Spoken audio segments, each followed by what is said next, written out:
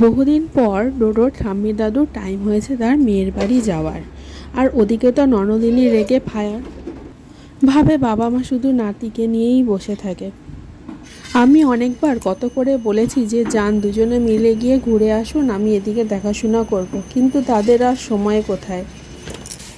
এতদিন পর যাওয়ার সময় হয়েছে কারণ ননদের জায়ের স্বাদ, আর নিমন্ত্রণ রক্ষা করার জন্য দুজনকে বাধ্য হয়ে যেতেই হলো।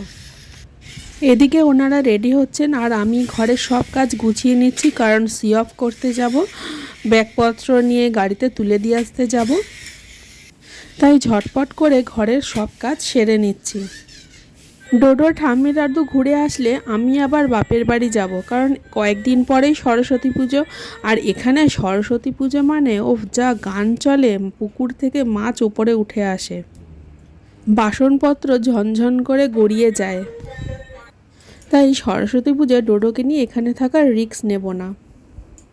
ডোডোর এটা দ্বিতীয় সরস্বতী পুজো। প্রথম সরস্বতী পুজোয় ও খুবই ছোট ছিল, এটা ওর দ্বিতীয় সরস্বতী পুজো। আর এই দ্বিতীয় সরস্বতী পুজো কেমনভাবে কাটালো সেই ভিডিওটা খুব তাড়াতাড়ি আপলোড করব, তোমরা দেখতে পাবে।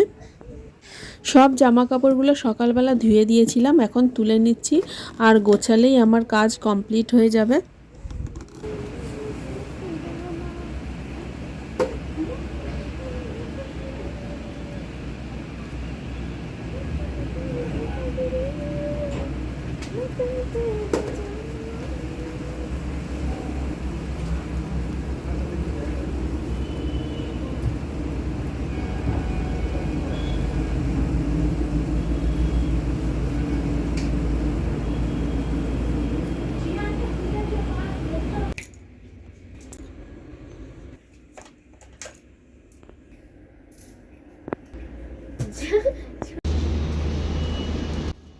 দেখো আমার চুটকি মেরে সব কাজ হয়ে গেল, আর এখানে সবাই রেডি, ওরা ব্যাগ নিয়ে এগিয়ে যাচ্ছে, আর এখানে আমি ঘরে তালা দিয়ে তারপরে একসাথে যাব।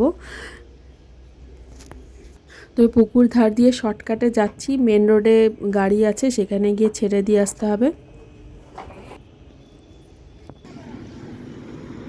তোমরা ভিডিওটা শেষ পর্যন্ত দেখো, ভালো লাগবে।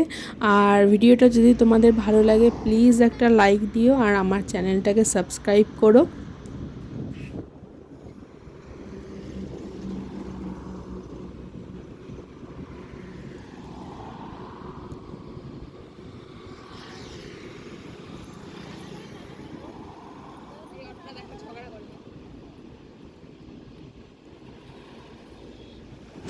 অটো আর টোটোর তো বহু দিনের ঝগড়া।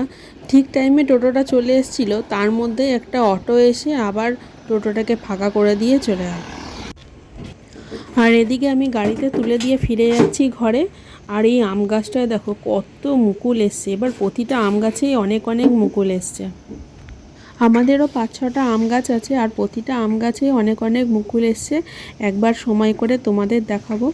আর এখানে চলতে চলতে দেখলাম এই কুমোর বাড়িতে কতগুলো মাটির জিনিসপত্র রোদে শুকিয়েছে, এবার পোড়ানোর জন্য নিয়ে যাচ্ছে। এখানে কারো বাড়িতে পুজো হলে বা পুজোর জিনিসপত্র, মাটির জিনিস দরকার হলে এখান থেকেই নিয়ে নেওয়া হয়। পুজোর প্রদীপ হোক, মাটির ঘট হোক, যা খুশি দরকার, ধুনুচি, সব কিছু আমরা এখান থেকেই নেই। তো চলো, সন্ধ্যা হয়ে এসছে আর ঘরে গোপাল একা আছে, ঘরে গিয়ে গোপালকে ভোগ দিতে হবে। আমি গোপালের সব ফুলগুলোকে পরিষ্কার করে আর গোপালকে ভোগ আরতি দিয়ে ঘুম পাড়িয়ে দিলাম। আর পরের দিনের জন্য সব ঠাকুরের বাসনগুলোকে ধুয়ে রেডি করে রেখেছি, যাতে দুপুরবেলা আমার পুজো করতে অসুবিধা না হয়। এরপর চলে আসলাম ডিনারে, বানাচ্ছি কড়াইশুঁটির কচুরি আর আলুর দম। আবার পরের দিন অ্যাজ ইউজুয়াল যা কাজ, ডোডোর সব জামাকাপড় ধোয়া হয়ে গেছে। এবার ওর জন্য খাবার বানানোর জন্য চলে গেলাম পালং শাক তুলতে। ডোডো ঠাম্মি দাদু মিলে শীতকালে অনেক রকম সবজি চাষ করে, পালং শাক, লাল শাক, ব্রোকলি, ফুলকপি, লাল মূলো, সাদা মূলো আর বিনস, অনেক কিছু চাষ করে। তো সেখান থেকে আমি ডোডোর জন্য তাজা তাজা পালং শাক তুলে আনলাম। আর এই সবজিগুলো আমি কেটে রেখেছিলাম আগের দিন, তা এর সাথে আমি পালং শাক অ্যাড করে ওর জন্য একটু খাবার বানিয়ে নিচ্ছি। আর এই সব ফুলগুলো আমাদের এখানে নিজেদেরই গাছের, আর নীলকণ্ঠগুলোই কত বড় বড়, আর এই ফুলগুলো প্রতিটা ফুল খুব সুন্দর। এই গাঁদা ফুল সব কিছু আমাদের নিজেদের গাছের। আমি গোপালের সেবার জন্য এক সাজি ফুল তুলে নিয়ে আসলাম। আর ডোডোর ঠাম্মি থাকলে অনেক সময় ফুল তুলতে দেয় না, কারণ তার ফুল গাছেই বেশি ভালো লাগে। আর আমার ফুল ঈশ্বরের চরণে দিতেই বেশি সুন্দর লাগে, তাই আমি গোপালের সেবার জন্য মনের মতন ফুল তুলে নিয়ে এসেছি। আর এখানে গোপালকে আমি ভোগ দিয়ে দিয়েছি, আর সুন্দর করে গোপালকে আমি সাজিয়ে দিয়েছি। আমার গোপীসোনাকে কেমন সুন্দর সাজিয়েছি বলো তোমরা কমেন্ট করে। আর এই থালাটা আমি সাজিয়েছি তুলসীর থানে দেওয়ার জন্য। এবার আমার আসল বড় কাজ শুরু।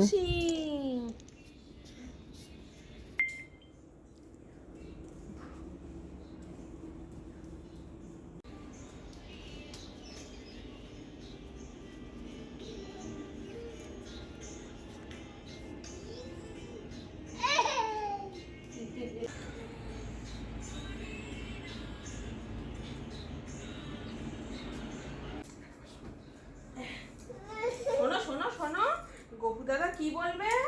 ছি ছি ছি ছি, এই বেবিটা কোথায় যাচ্ছে, শুধু দুষ্টু করছে। বেবিটা একদম কথা শোনে না, শুধু পালিয়ে যায়, শুধু পালিয়ে যায় বেবিটা। না,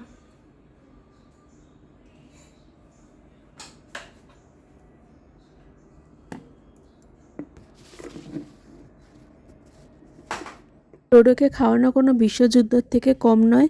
আর আমি ওকে কোনো রকম ফোন বা টিভি দেখে খাওয়াই না, সম্পূর্ণ গল্প বলে বলে, ছড়া বলে বলে ওকে খাওয়াই। আর ও যাতে পালিয়ে যেতে না পারে, এভাবে আমি চেয়ারের সাথে বেঁধে রেখে ওকে খাওয়াতে হয়। আর শুধু দুপুরে এনে আমি যখনই খাওয়াই ওকে সবসময় ছড়া বলে বলেই খাওয়াই। হ্যালো, আমরা ভাতও খাচ্ছি।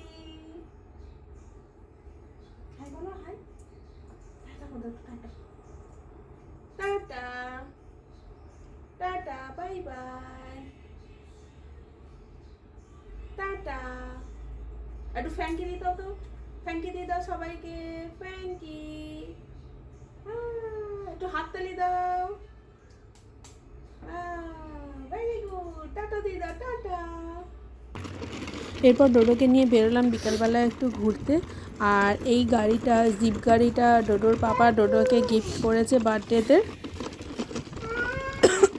আর ঘরের পাশেই রয়েছে এখানে লোহার পাইপের কারখানা, সারা দিন রাত এখানে ঠুংঠাং ধুমধাম হতেই থাকে। তো কোম্পানিটা তোমাদের দেখাচ্ছি, দেখো। আবার গোপালের ভোগ আরতির সময় হয়ে আসলো, ঘরে গিয়ে গোপালের আরতি করব।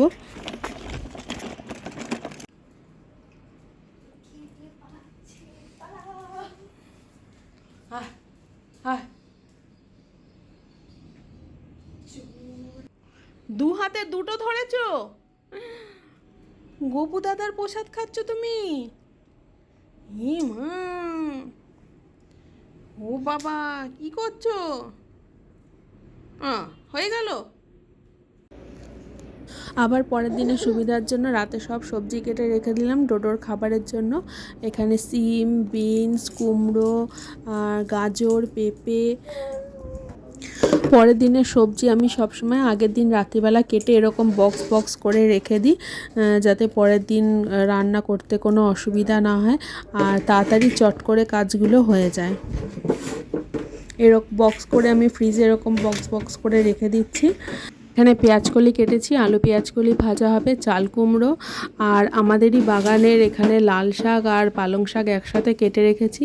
আর ডোডোর বাবা চিকেন এনেছেন, তাই জন্য এখানে পেঁয়াজ, ধনেপাতা, টমেটো সব কেটে নিয়েছি। তার সাথে হবে রুটি আর ভাত।